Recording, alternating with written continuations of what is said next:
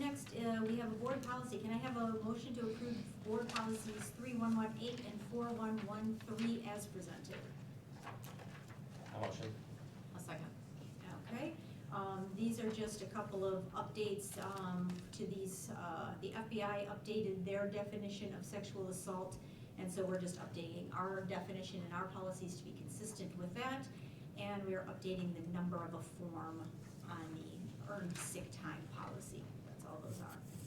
So can we do a roll call vote on board policy? Dr. Michaud? Yes. Ms. Tran? Yes. Dr. Paulson? Yes. Ms. Steinmeier, yes. Up next, can I have a motion to approve Superintendent Kirby's attendance and his related travel expenses for the AASA National Conference in 2026? Motion. I'll second. Okay. All right, this is just a national superintendent's conference that will be held, I think, in Tennessee? Tennessee this year. Keeps him up to date and current with everything that's going on and with the superintendents and all of that goes into his job, which I'm glad I do not have. Can we do just, since there would be related expenses with this, so we will do a roll call vote.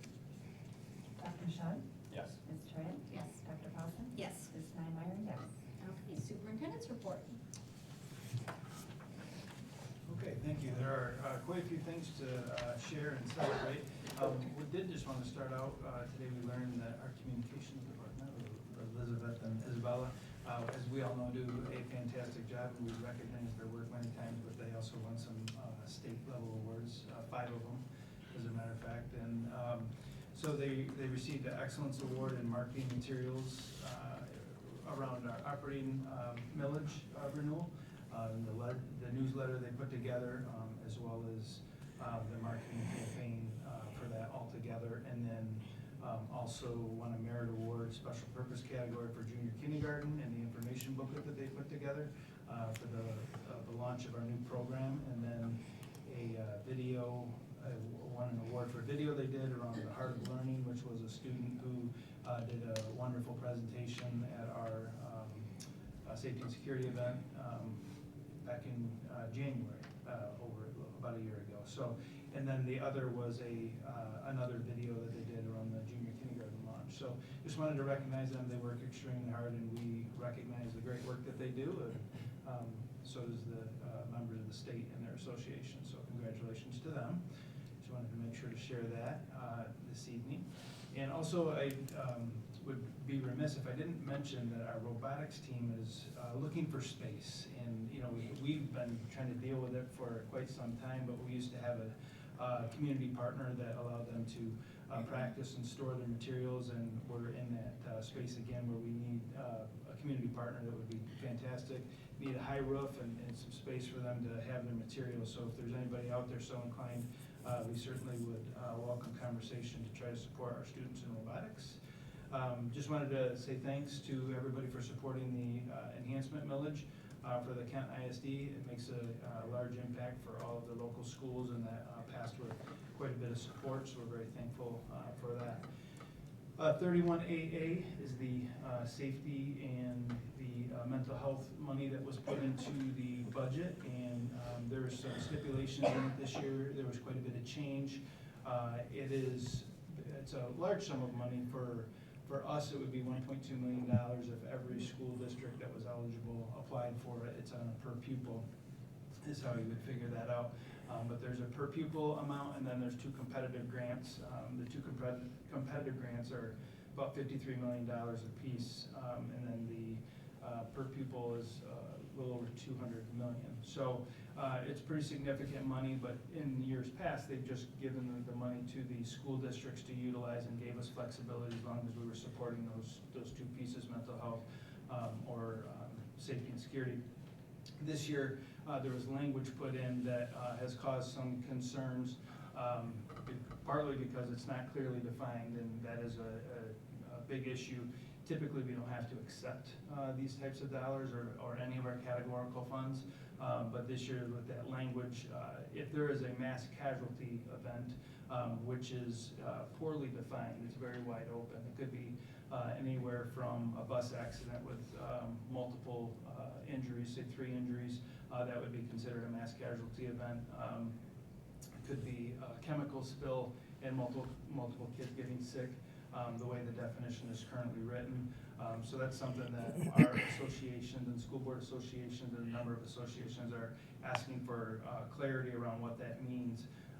And then also the governor would be appointing an investigator, and that investigator would be completely up to the governor. So it doesn't have any criteria around what type of agency or individual would be doing this type of an investigation, and it causes the school district to waive any privileges that they might have. And one obvious privilege is the attorney-client privilege. If there was ever an investigation and we were working through that investigation, and that obviously causes some concerns, just as far as being able to have frank conversations, and also the whole investigation as to whether or not people are going to share information and so on. But that anxiety level obviously could definitely be different if you didn't have the ability to have those types of conversations with your attorney, which everybody in society is allowed to have that conversation currently. So that does cause us a lot of concerns. They've changed the deadline a few different times. It started out as the 12th of November, then it was moved to the 16th, now it's the 30th. And there is some work around trying to get some clarity around some of that language. Like I said, the mass casualty event. It's not really the spirit of what they're intending. This all comes from the terrible tragedy in Oxford is where a lot of this is coming from, and that's what the intent was, but that's not what the language is, and that's what happens when you push a budget bill through with 3 hours for people to read the language. It doesn't all get read. So there is some discussion around changing the language. If it's gonna happen, it's gonna happen this week. There's no guarantee that the governor would sign any language changes, because it was really her executive budget that initially had this language written in there.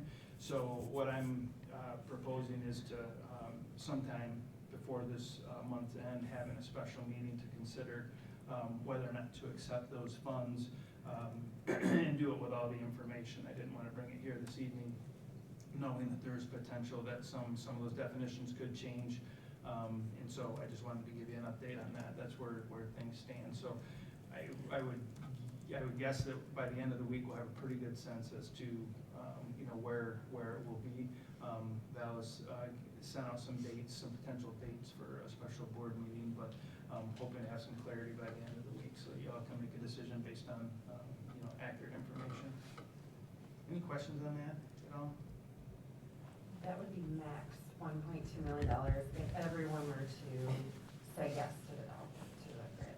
Yes, if everybody said yes, correct. So it is written in, say, only 3 school districts in the state, which is just hypothetical. It's not all divided up. I did, look into that. It isn't going to be any more than $10,050 per student, because it can't be more than what the per pupil allowance is. That's also written in the law.